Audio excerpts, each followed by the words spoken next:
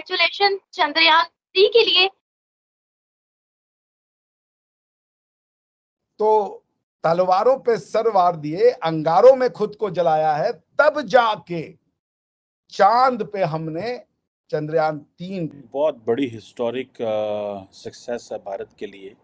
और मैं देख रहा था कि जो साउथ अफ्रीका के प्रेसिडेंट हैं, प्रेसिडेंट सिरिल, उन्होंने ब्रिक्स समिट में भारत के वज़ीर-ए-आज़म नरेंद्र मोदी को मुबारकबाद दी। तो देखिए, साइंस के जितने भी काम होते, केवल भारत अगर सक्सेस होगा तो केवल भारत का कुछ नहीं मिलेगा, वो पूरी इंसानियत, पूरी नस्ल हमारा सही होगा ना।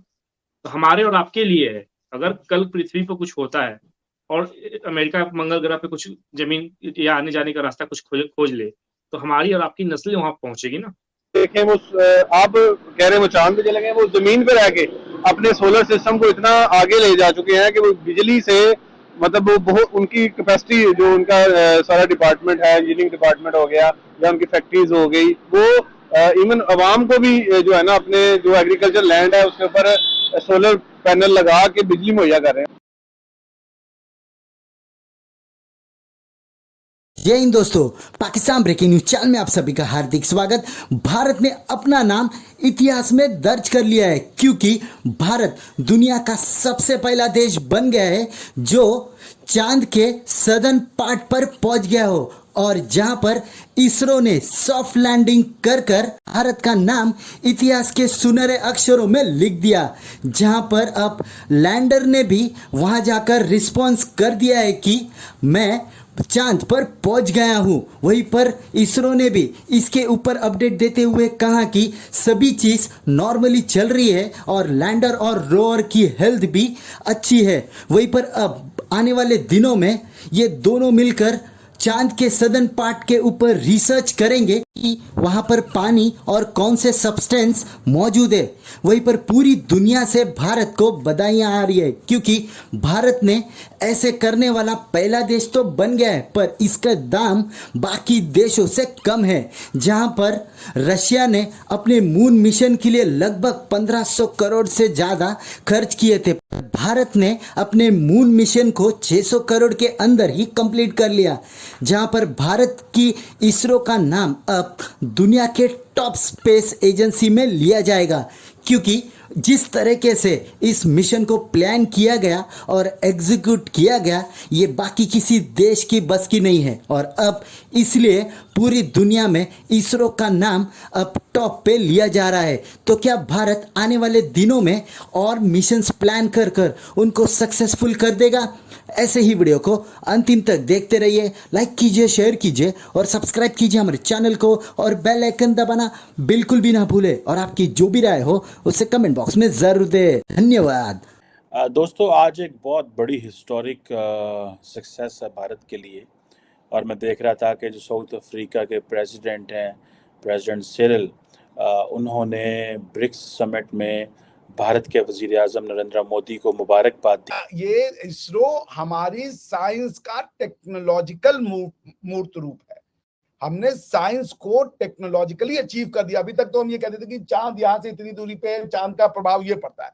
अब हम चांद पे पहुंच भी गए, क्योंकि हमें पता था चांद पे कैसे पहुंचा जाता है। ये बात है ना, आप समझ रही हैं? क्योंकि चांद पे पहुंचने के लिए आपको ये पता होना होगा कि अर्थ मूव कर रही है, वरना आपका सैटेलाइट अर्थ से ही टकरा जाएगा। तो साइंस वी न्यू। जैसे आपने अगर रामानुजन की एक फिल्म आई थी और इंग्लिश ब्रिटिश ने बताई, हमने नहीं बनाई। उस फिल्म का नाम है the man who knew infinity. The man who knew infinity में वो आदमी जो रामानुजन जी थे, बहुत बड़े गणितज्ञ हैं भारत के, आर्यभट्ट के तो श्रेणी के नहीं है, मगर उनसे उन्हीं की श्रेणी के में मान लीजिए, बहुत बड़े गणितज्ञ। तो वो बहुत गरीब घर से थे, उनको मद्रास से स्पेशल स्कॉलरशिप लेकर के कैम्ब्रिज में बुलाया गया। तो वो मैथमेटिकल ना थ्योरम दे देते थे और बोलते थे इसके बराबर ये। तो फिर उनसे ये पूछा जाता था कि यार इसका प्रूफ कहाँ है, और दूसरी चीज की तुम्हें पता कैसे है कि ये चीज इसके बराबर होगी? तो वो कहते थे कि मुझे इंट्यूशंस आते हैं, देवी माता आके मेरे सपने में बताती है। एक देवी है जो उनकी कुल देवी थी, उनका वो करते हैं। मेरे कहने का मतलब है, हमारे यहाँ रिलीजन जो है या जो स्पिरिचुअलिटी है, it was a tool to propagate science. Positive इसके ऊपर कमेंट्स पास कर रही हैं, बड़ी दुआएं कर रही हैं। बिल्कुल बिल्कुल। तो देखिए, साइंस के जितने भी काम होते, केवल भारत अगर सक्सेस होगा तो केवल भारत का कुछ नहीं मिलेगा, वो पूरी इंसानियत, पूरी नस्ल हमारा सही होगा ना। तो हमारे और आपके लिए है। अगर कल पृथ्वी पर कुछ होता है और अमेरिका मंगल ग्रह पे कुछ जमीन या आने जाने का रास्ता कुछ खोज ले, तो हमारी और आपकी नस्लें वहां पहुंचेगी ना, केवल ये थोड़ी बिल्कुल। अमेरिका जाएगा। तो हमारी और आप सबके लिए है।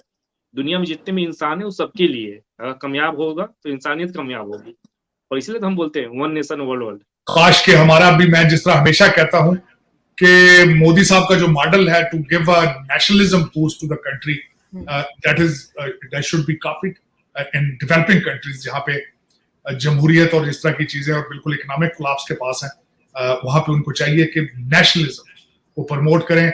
जिस तरह मैं आजकल, मुझे एक बहुत अच्छी चीज है कि आजकल मैंने वो भारत से सीखी, बल्कि आजकल वहां पे जो नारा वो कहते हैं कि सोच बदलो भारत बदलो, मैं वही अपने पाकिस्तानी भाइयों से भी कहूंगा, सोच बदलो पाकिस्तान बदलो, उसके बगैर पॉसिबल नहीं है। ये जो ब्रिटिश आपके रूलर हैं, चाहे इलेक्टेबल हो, चाहे ये ब्रिटिश ट्रेंड सिविल सर्वेंट हो, इनका आइडिया आपको सर्व करना या पाकिस्तान की तरक्की नहीं है। आपको हर पाकिस्तानी को सोच बदलने की जरूरत है। जो इंडियन मुसलमान है, जो इंडिया में रहते हैं, वो सारी भी दुआएं कर रहे हैं, नमाजें पढ़ रहे हैं कि अल्लाह हमारे चांद मिशन को कंप्लीट कर दें। पाकिस्तान को आइसोलेट करने की कोशिश करते हैं हर मामले में, तो अब वो भारत को आगे ले जारी बात है, वो एक ताकत बन रहा है। और वो रूस है, अमेरिका है, इंडिया है और चाइना है, जबकि दूसरा नंबर पाकिस्तान का था। पाकिस्तान ने अब्दुल सलाम के साथ क्या किया? पाकिस्तान ने अब्दुल सलाम के साथ क्या किया, उसके साथ तो मेरा ख्याल है वो जब वो इंडिया गए, शायद भारत गए या उधर ही इनके कोई मामला हुए या अच्छा। डॉक्टर अब्दुल सलाम को हमने कहा कि भाई ये जो उनसे मिर्जाई है ये मुसलमान नहीं है, कार पाकिस्तान की है। उस बंदे के साथ हमने क्या किया? आप डॉक्टर अब्दुल कदीर को इसी रोड के ऊपर बैठ के इंटरव्यू दे रहे थे। सही है। तो जो इस मुल्क के लिए काम करता, हम उसको हीरो बनाने की जगह जीरो बना देते हैं। तो क्या बुझवाते, क्या इस तरह साइंसदान निकलेंगे या यहाँ से फिर तालिबान निकलेंगे? पाकिस्तान एटॉमिक पावर है, इनको हजम नहीं होता, इनकी नींदें हराम है। ये हर तरफ से कोशिश करते हैं पाकिस्तान को आइसोलेट करने की। इस पे बना तो मेरा मकसद है कि ये ज्यादा साजिश जो करता है ना, ये भारत ही करता है पाकिस्तान के खिलाफ। तो है, देखें वो आप कह रहे हैं वो चांद पे चले गए, वो जमीन पे रह के अपने सोलर सिस्टम को इतना आगे ले जा चुके हैं कि वो बिजली से, मतलब वो बहुत उनकी कैपेसिटी, जो उनका सारा डिपार्टमेंट है, इंजीनियरिंग डिपार्टमेंट हो गया या उनकी फैक्ट्रीज हो गई, वो इवन अवाम को भी जो है ना, अपने जो एग्रीकल्चर लैंड है उसके ऊपर सोलर पैनल लगा के बिजली मुहैया कर रहे हैं। सी पोर्ट गवादर भी गिरवी रखवा दिया और उसके बाद एयरपोर्ट भी गिरवी लगा दिए। हमारे पे इतने पैसे हो तो हम सच में क्यों नहीं तस्लीम करते? कोई हमने गिरवी शिरवी रखाया है, ये लल्ली आप मुल्क ना समझे, आप बेवकूफ नहीं है। ये माशाल्लाह हमारी फौज दुनिया की बेहतरीन मानी हुई फौज है। और ये एक नो डाउट बड़ी हिस्टोरिक अपॉर्चुनिटी है, ये एक बड़ी हिस्टोरिक सक्सेस है। और इंडिया के हवाले से आप इमेजिन करें कि जिस मुल्क ने एक, जिसे कहते हैं ना, एक बड़े लो बजट में ये सारी डेवलपमेंट की है, और कहा जा रहा है कि जो स्मूथ सेलिंग है वो होने जा रही है। और जिसे वो कहते हैं कि ये इंडियन स्पेस प्रोग्राम जो है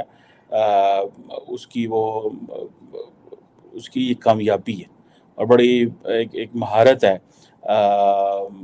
पहले तो ये 2019 में नाकाम हुए, लेकिन आज जो है, और ये सेफ एंड सॉफ्ट लैंडिंग की बात हो रही है,